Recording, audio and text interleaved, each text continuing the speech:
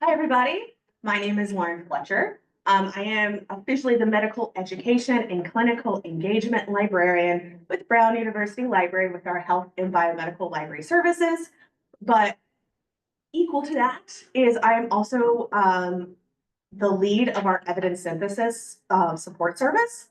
And so that is what we're going to be talking about today. I can't get into too many weeds or tips and tricks on how to do evidence synthesis since it's its own research methodology. But I want to highlight what services, big services, are available at the library for you to do these. So just a quick rundown of who we are. There are 6 people in our department. We have specializations from everywhere from medical education, open science, public health, general clinical, but all of us work together with all of the people we work with. So there's a chance you could work with me or one of my other partners. It really just depends. There are, how many? 4 of us on our evidence synthesis service. So myself, Laura Haygood, Hillary Krause, and Kelsey Sawyer. So if you do want to work with a librarian on an evidence synthesis project, you'll most likely be grouped with one of the 4 of us. Is it good for me to change slide? Yes. Okay. So sorry. And I think you guys will have access to these afterwards, right? Yes. Okay, so at the bottom of the page is our direct email address.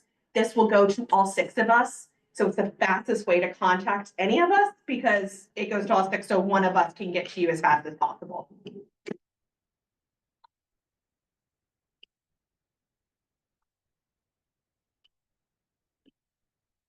Sorry. I swear I know how to do stuff like this. That way. No, I think it's my fault. There we go. Woo! What we do beyond traditional library services. So if you have access questions, need help getting a journal article, think we need a book or a journal or something else, besides those normal librarian things, we also have a broad range of research support services. So the number one of that is going to be our evidence synthesis support service, but we also do independent one-on-one consultations. We have, you heard from Andrew Creamer earlier with his impact in data and how the library can assist with different data management plans and data purposes. So we do all of everything kind of all in between. So I just want to take a moment and step back and think about what actually is evidence synthesis. That is a broad terminology to talk about different types of review articles. So generally speaking, when I'm talking about evidence synthesis, we're looking at systematic reviews with meta-analyses, scoping reviews, rapid reviews, and umbrella reviews. Those are the main types of reviews that we're talking about in this. Just a raise of hands, has anyone done any one of these types of reviews? Oh, yeah, a couple of us. I have too, yay. If you want to learn more about the different types, there is our citation at the bottom. This is what we give out to everyone if they want to learn a little bit more about the various types of reviews. This is from Grant and Booth. It's an old article, but it's a staple, it's a key. So if you want to know a little bit more about some of these, feel free to look at that article or reach out to me and I can give you access to it. So main characteristics of any evidence synthesis project are going to be a very well-defined research question that follows an appropriate framework or guideline.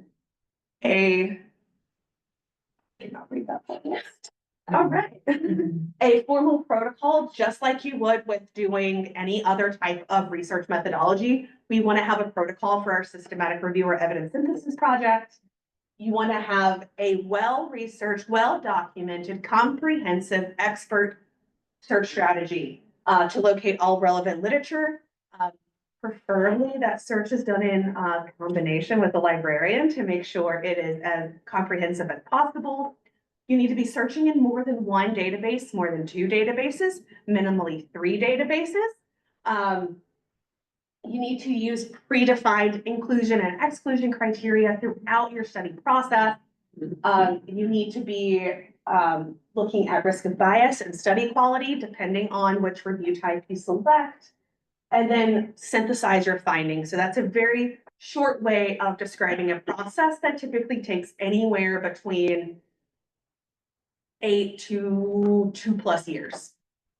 So very simple process to survive a very long period of time. Review projects are not something just to do because you have a few months of extra time. That's not enough time to do a review project appropriately. So really think about, if you want to undertake an evidence synthesis project, think of this as a large scale review research methodology that you would be undertaking just like any other pilot study or observational study, anything else of that nature. So I just want to highlight some of the main steps in the evidence synthesis process. So they kind of go back and forth between 1 and 10. Please feel free to use this in the future. I really like this one. My colleague found it. It's pretty nice and simple to read. But why do you want a librarian? What do we bring to the picture? Ultimately, we bring expert searching knowledge and how to build those searches, how to write those searches, and how to search in each of those individualized databases. We are also methodological experts. All of us on our team have done a variety of different review types. All of us have had a variety of different review types published. So we know the process from drafting your question to publication. We have multidisciplinary knowledge. And again, we're helpful in all of the major steps of the review process, but mainly importantly, search strategy, database strategy adoption, searching and documentation, and then how to manage your results. Those are our core areas of where we take on the expertise within the review team, not everyone else on the review team. So our Hubble's evidence synthesis service, we try and keep this just to evidence synthesis types. Again, we're a small team of expert librarians. There's only 4 of us. So with that, we are pretty much always on a wait list for assistance. We'll talk about our levels next, but just be aware that we are almost always on a wait list because it's a very popular service and there's only 4 of us. We have 2 tiers of service. So one is a consultation level and the other one is a co-author level. On the who's eligible, everybody. Students, faculty, staff of Brown, our affiliated hospitals, all of our clinical, everyone is associated, basically. We do have one restriction in that if you are working with a student, this is more specifically to you guys in the classroom. If you are working with students or a student and in the project, the review is for a grade or for a course, we will not do a co-author level. We feel it important that the students learn from the opportunity. So we only work with students for graded degree required things in a consultation capacity. But if anyone, including students, is doing something not graded or not for a degree, we will do co-author level for anyone. So what do these get you? That's the important thing. Consultation level is our lowest level. It's more of an education-based level where we help teach the team about methodology, about research questions, how to develop a search, how to search in databases. But the librarians do not create the search. The librarians do not perform the search. This is usually 2 to 3 hours worth of consultations, if even that much. But that's usually where we keep it at for consultations. Co-author levels come with a lot more impact and a lot more hands-on working collaboration because the librarian is a member of the review team. We can complete these types of things. So methodological guidance, we create the searches, we translate the searches, we run the searches, we control data records, we put things into software programs, which I'll talk about in a minute. We can write a particular section of the methods and the manuscript. We review and edit the final manuscript as well. And then we can also assist with some of these other options. So protocol development, question development, full text retrieval, locating risk of bias tools, developing data extraction templates, etc. We do have an intake form. You should theoretically, if you want to use us, put in the form somewhere between the 2 and 3 step. Again, we're on a wait list. Generally, even for consultations, it usually takes us a couple of days to even be able to do that. Right now, for review, like, co-author level, we are on about a month to possibly 2-month wait time. So the earlier you can get a form in, if you know you want to do something, the better, the more chance you have to work in an appropriate time frame. Our intake form right now just generally asks you what's your review question. Do you know what type of review you want to do? Have you written a protocol? You do not have to at this point, but if you have, let us know. Do you have defined eligibility criteria? And then give us 3 to 5 articles that you think would be in this review. That'll help us start getting started on that search development process. So some other resources that are not just librarians. We have built out a review guide that goes through a bunch of information. The first page is going to have all the information I just said about our service and our intake form. We also have information on there about the major review types with methodology for you to follow, generalized information in there. We also have some step-by-step guidance on the major processes of doing a review. So if you don't know what step 15 or not 15, 10 is, you could look up in the guide to let you know what that is. We also have some direct links to major reporting guidelines like Prisma. And we also have link out to major areas for you to submit your protocols, either Prospero for systematic reviews or Open Science Framework for scoping reviews. Additional resources is the small list of the databases that we have. So most major databases that would generally be searched in any type of evidence synthesis, we have access to. We also have access to a broad range of lay literature information. So this could be clinical trial registries or government websites, etc. And then lastly, our biggest tool to utilize for evidence synthesis is Covenants. Raise a hand if anyone's ever heard of Covenants. A few. It's super powerful. It's the greatest tool I've used for systematic reviews, and I've used quite a few at different places. So Covenants is an online software platform that can be used on a computer, on a tablet, or on your cell phone. It's just mobily optimized, so there's not an app you have to download. You can manage and streamline the entire review process pretty much, from screening all the way to finalizing a Prisma diagram and data extraction and risk of bias. There's customizable data extraction templates and risk of bias templates.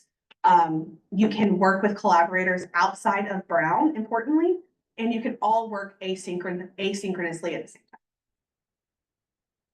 So just some quick images of what Covenants looks like and what it really does. So it does the review process from screening forward. So review question, protocol development, search strategy, all that's done separately.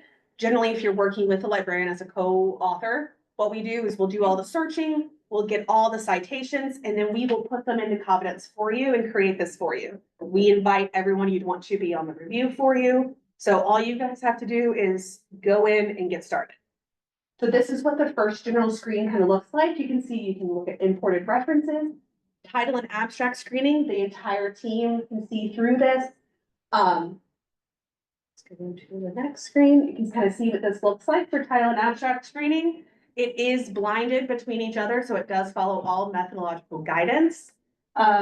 Yes, no, maybe on abstracts, they automatically either go into no, or they go to the next level, which is exactly what you'd want them to do. For full text screening, we can upload and help you upload the full text in here so you can look at full text inside Covenants. That way you don't have to go back and forth between platforms. It automatically asks you to give a reason for why you're excluding in full text, which again follows methodological guidance. These are editable, so if this is not the right kind of things for your review, edit this list up and make it exactly what you wanted to say. Anything that makes it through Full text automatically goes into data extraction, which is super nice. We've already uploaded the PDF. So you can data extract with your PDF right next to you the entire time. These forms are editable, so they can be literally anything you want to take out of them. But your PDF is right there with you. Same thing happens with risk of bias. Ooh, I didn't show that screen, but it looks exactly the same for risk of bias. So, there's lots of different risk of bias tools out there. You can create the customized risk of bias tool template to match anything out there. So you can do it all within this. All data and data extracted and risk of bias can be downloaded into a CSV. You can then manipulate that data however you see fit or put it into a meta-analysis software. And then it builds out a Prisma diagram for you, so you don't have to worry about that. And the librarian doesn't. And it's all nice and pretty, and you can download it and just copy and paste it into your manuscript. We love it. And that's all I have for you guys today. Very short and sweet. I can take any questions if we have time. I have business cards with me, and you can also send us some emails. Yes. I have a question specific for both covenants. Yeah. In regards to when you're doing the inclusion exclusion criteria, Mhm. I had encountered this a couple of years ago in which if people enter data, if they use a capital letter versus lowercase, if there's a conflict, Yes. that had to be resolved. Have they fixed that? No. Okay. As far as I know, no. That Which is ruins the inter kind of annoying. liability. Yeah. So what it's gonna do, it very clearly takes it, whatever you put in is exactly what it thinks you put in versus what someone else does. So methodology states that throughout data extraction risk of bias, that needs to be done independently by 2 reviewers with consensus. If you put a capital letter versus a lowercase letter, it will think that that's not consensus. So what I've advised teams to do to kind of ignore that is have as many things be a bullet, like a selection, a multiple choice selection as possible. That way you don't run into that as much, and try and leave the stuff that you write out or with letters or numbers to be really specific. That way you're not having to look as many of those silly disagreements and consensus things as possible. Thank you. No. Yes. Not sure how long you've been doing this. Like the 2-tiered level, and I think it's, good to have you guys in office. Yeah. How many, is it working? Are you getting a lot of publication?